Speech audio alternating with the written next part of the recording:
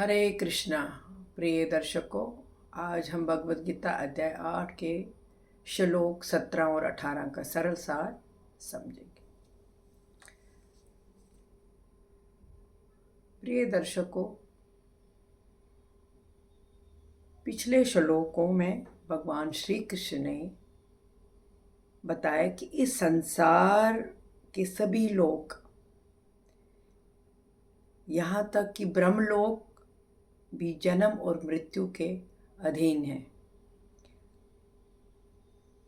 अब श्री कृष्ण अर्जुन को सृष्टि के विशाल काल चक्र के बारे में बताते हैं, जिससे परमात्मा की अनंत शक्ति का ज्ञान होता है। अभी तक तो हमने ये भी समझा है कि संसार जो है अस्थाई है, रहने वाला नहीं है और केवल भगवान की प्राप्ति ही शाश्वत है। अब श्री कृष्ण बताते हैं कि ब्रह्मा जी का एक दिन और एक रात भी हमारी कल्पना से कहीं अधिक विशाल होते हैं। श्लोक 17 में भगवान कहते हैं कि ब्रह्मा जी का एक दिन 1000 युगों के बराबर होता है और उनकी एक रात भी हजारों युगों के बराबर होती है।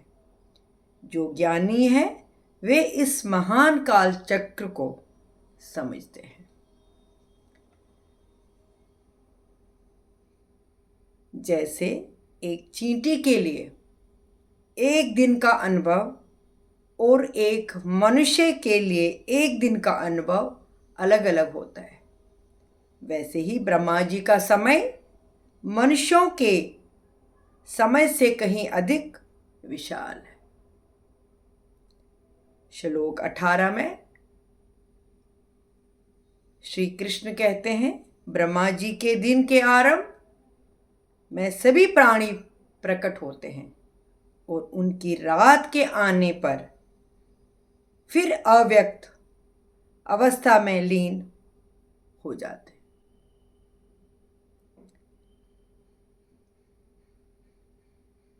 उदाहरण के लिए, जैसे सूर्य उदय होने पर सारा संसार जाग जाता है और सूर्य अस्त के बाद धीरे धीरे शांत हो जाता है, वैसे ही ब्रह्मा जी के दिन में सृष्टि प्रकट होती है और रात में लीन हो जाती है।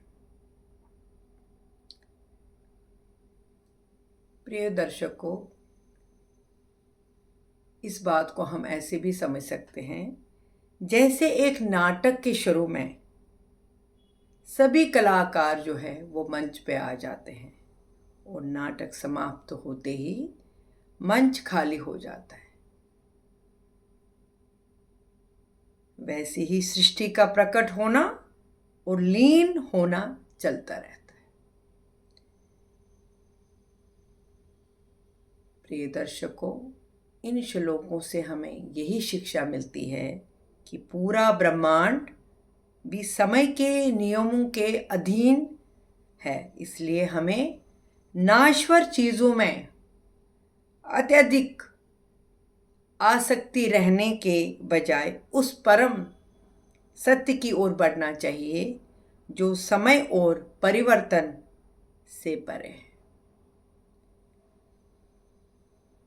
प्रिय दर्शकों, श्री कृष्ण हमें समझाते हैं कि सृष्टि का निर्माण और विलय एक निरंतर प्रक्रिया है, लेकिन भगवान उससे भी परे और शाश्वत है।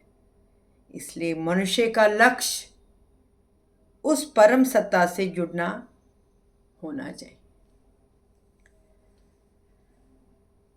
प्रिय दर्शकों, अगर आज के इन श्लोकों से आपको कुछ ज्ञान प्राप्त हुआ हो, लाइक, शेयर, कमेंट और सब्सक्राइब करना ना भूलिएगा।